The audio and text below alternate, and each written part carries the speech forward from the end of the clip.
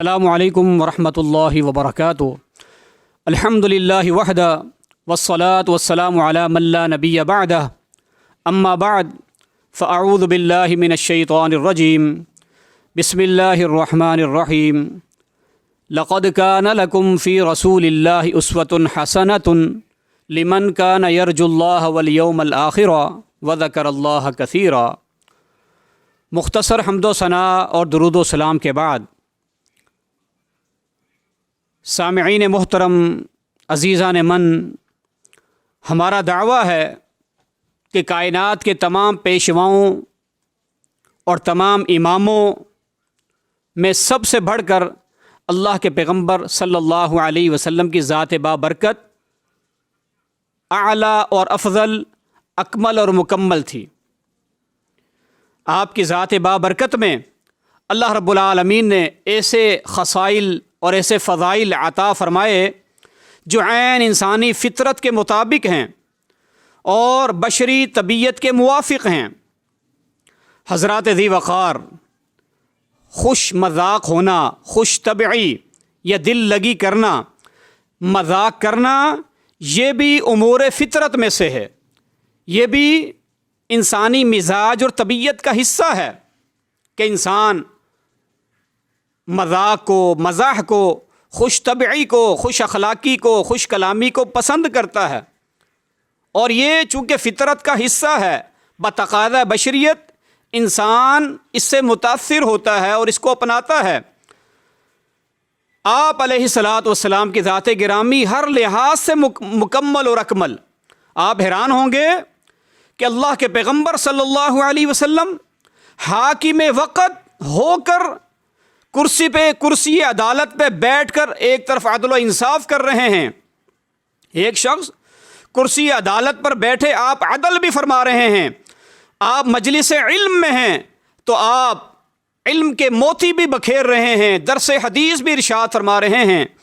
آپ ایک پیر کی اور مرشد کی حیثیت سے اپنے مریدوں اور اپنے صحابہ کی روحانی تربیت بھی اور تزکیہ بھی فرما رہے ہیں۔ آپ ایک جرنیل اور کمانڈر ان چیف کی حیثیت سے میدان جہاد میں صف اول میں سب سے آگے اور سب سے پیش نظر آتے ہیں۔ اسی طرح آپ بحیثیت حکمران کے اس دور کے حکمرانوں اور شہنشاہوں کے ساتھ آپ گفت و شنید بھی کرتے ہوئے نظر آتے ہیں۔ ان سب باتوں کے ساتھ ساتھ آپ خوش طبعی بھی فرمایا کرتے تھے، ایسا مذاق بھی آپ کر لیا کرتے تھے، اور ایسی دل لگی کی بات بھی جو عین فطرت کے مطابق ہوتی، جو حقیقت کے عین مطابق اور موافق ہوتی، یعنی جس میں جھوٹ کا اور غلط بیانی کا شائبہ نہ ہوتا۔ ایسا مذاق، ایسی خوش طبعی اور ایسی خوش کلامی جس میں کسی پر طنز مقصود نہ ہو، کسی پر تنقید مقصود نہ ہو، یعنی کسی کی دل آزاری مقصود نہ ہو، تو وہ نہ صرف جائز ہے بلکہ مستحب ہے۔ جائز بھی ہے، مستحب بھی ہے۔ اللہ اکبر۔ صحیح البخاری میں حضرت انس رضی اللہ عنہ سے روایت موجود ہے کہ وہ فرماتے ہیں کہ میں نے آپ صلی اللہ علیہ وسلم سے بڑھ کر کسی کو خوش مذاق نہیں دیکھا۔ آپ بے انتہا خوش طبیعت کے مالک تھے، مذاق بھی کر لیا کرتے تھے، آپ مزاح بھی فرما لیا کرتے تھے، آپ سے بڑھ کر میں نے کسی کو نہیں دیکھا۔ حضرت ابو ہریرہ رضی اللہ عنہ بیان کرتے ہیں کہ آپ صلی اللہ علیہ وسلم بعض اوقات ہم سے تفریح فرما لیا کرتے تھے، مذاق بھی کر لیا کرتے تھے، خوش طبعی اور دل لگی کی بات بھی کر لیا کرتے۔ ایک دن ہم نے عرض کیا، یا رسول اللہ صلی اللہ علیہ وسلم آپ ہم سے مذاق کرتے ہیں؟ فرمایا ہاں، لیکن میں جھوٹ سے کام نہیں لیتا، یعنی کوئی ایسی تفریح، ایسی کوئی بات دل لگی پر مبنی جس میں جھوٹ کی آمیزش نہ ہو، جس میں سچ ہو، جو حقیقت کے مطابق ہو، دل آزاری مقصود نہ ہو، وہ جائز اور مستحسن ہے۔ اللہ اکبر۔ حضرت عبداللہ بن حارث رضی اللہ تعالیٰ عنہ بیان کرتے ہیں آپ اکثر ہم سے خوش طبعی فرما لیا کرتے تھے۔ تو ان احادیث سے معلوم ہوتا ہے کہ ایسی خوش مزاجی، خوش طبعی، ایسی دل لگی اور ایسا ہنسی مذاق جو جھوٹ پر مبنی نہ ہو، خلاف حقیقت نہ ہو، وہ جائز ہے۔ اس کی متعدد مثالیں کتب حدیث میں موجود ہیں۔ ایک صحابی رسول اللہ صلی اللہ علیہ وسلم کے پاس حاضر ہوئے اور انہوں نے آ کر کہا، عرض کیا، یا رسول اللہ صلی اللہ علیہ وسلم مجھے سواری کے لیے اونٹ کا بچہ چاہیے۔ آپ صلی اللہ علیہ وسلم نے فرمایا کہ ٹھیک ہے، اسے اونٹ کا بچہ دے دو۔ بڑا پریشان ہوا، یا رسول اللہ صلی اللہ علیہ وسلم میں اونٹ کا بچہ لے کر کیا کروں گا؟ صحابہ کرام تو سمجھ گئے۔ آپ نے مسکراتے ہوئے فرمایا کہ جو تم اونٹ مانگ رہے ہو آخر وہ بھی تو کسی اونٹ کا ہی بچہ ہوگا۔ حقیقت میں یہ آپ کا مذاق بالکل حقیقت کے عین مطابق ہے۔ فرمایا آخر وہ بھی تو اونٹ کا بچہ ہی ہوتا ہے۔ تو یہ کیا ہے؟ حقیقت کے عین مطابق بات ہے۔ آپ صلی اللہ علیہ وسلم کی پھپھی حضرت صفیہ بنت عبد المطلب رضی اللہ تعالی عنہ عمر رسیدہ تھی، بوڑھی تھیں، آپ صلی اللہ علیہ وسلم کی خدمت میں حاضر ہوئیں، عرض کرنے لگے حضور دعا فرمائیے اللہ رب العالمین مجھے جنت میں جگہ عطا فرمائے۔ آپ صلی اللہ علیہ وسلم نے ارشاد فرمایا کہ بوڑھے جنت میں نہیں جائیں گے، بوڑھے مرد یا عورتیں جنت میں نہیں جائیں گے۔ بڑی حیران ہوئیں، پھر اسی حیرانی میں، اسی پریشانی میں رونے لگ گئیں۔ آپ صلی اللہ علیہ وسلم نے فرمایا پھپھی جان روتی کیوں ہیں؟ کیا آپ نے اللہ رب العالمین کا یہ فرمان نہیں پڑھا؟ اِنَّا أَنشَأْنَاهُنَّ إِنشَاءً فَجَعَلْنَاهُنَّ أَبْكَارًا، بے شک ہم انہیں پیدا کریں گے تو انہیں ایسی حالت میں گویا کنواریاں بنا دیں گے۔ تو فرمایا بے شک بوڑھے لوگ بھی جب بڑھاپے کی حالت میں جنت میں نہیں جائیں گے بلکہ جوان ہو کر جنت میں جائیں گے۔ اس بات کو خوش سن کر حضرت صفیہ رضی اللہ عنہا مسکرا پڑیں، خوش ہو گئیں۔ یہ آپ کا کیا ہے؟ خوش طبعی کی ایک مثال ہے۔ ایک اور صحابیہ رضی اللہ تعالی عنہا نبی کریم صلی اللہ علیہ وسلم کی خدمت میں حاضر ہوئیں، اپنے خاوند کے بارے میں کچھ بات کر رہی تھیں۔ آپ نے فرمایا اچھا وہ تمہارا خاوند ہے؟ ازراہ تفنن، وہ جس کی آنکھ میں کچھ سفیدی ہے، جس کی آنکھ میں کچھ سفیدی ہے، وہ تمہارا خاوند ہے، وہ تمہارے شوہر ہیں؟ کہنے لگے نہیں، ان کی آنکھ میں کوئی عیب نہیں، کوئی سفیدی نہیں۔ حالانکہ یہ آپ صلی اللہ علیہ وسلم کی ایک تفریح تھی، آپ کی خوش طبعی تھی۔ بعد میں آپ نے فرمایا ہر شخص کی آنکھ میں کچھ نہ کچھ سفیدی ہوتی ہے۔ جو حقیقت پر مبنی بات تھی، یہ آپ کی خوش طبعی کی ایک اور مثال۔ اللہ، ایک شخص سے آپ نے خوش طبعی کرتے ہوئے فرمایا اچھا یہ بتاؤ تمہارے ماموں کی بہن تمہاری کیا لگتی ہیں؟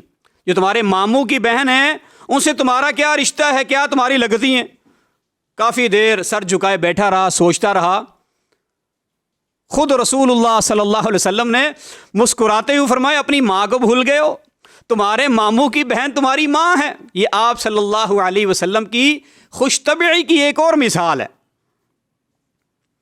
جناب سیدنا علی المرتضی رضی اللہ عنہ سے بھی آپ نے خوش طبعی فرمائی، ایک مذاق فرمایا، ایسی دل لگی کے ساتھ آپ نے بات فرمائی۔ ایک موقع پر صحابہ کرام رضی اللہ عنہم اجمعین کے ساتھ بیٹھے ہوئے کھجوریں کھا رہے تھے، کہیں سے کھجوروں کا تحفہ آیا، نبی علیہ السلام نے اپنے ساتھ صحابہ کو بٹھا لیا۔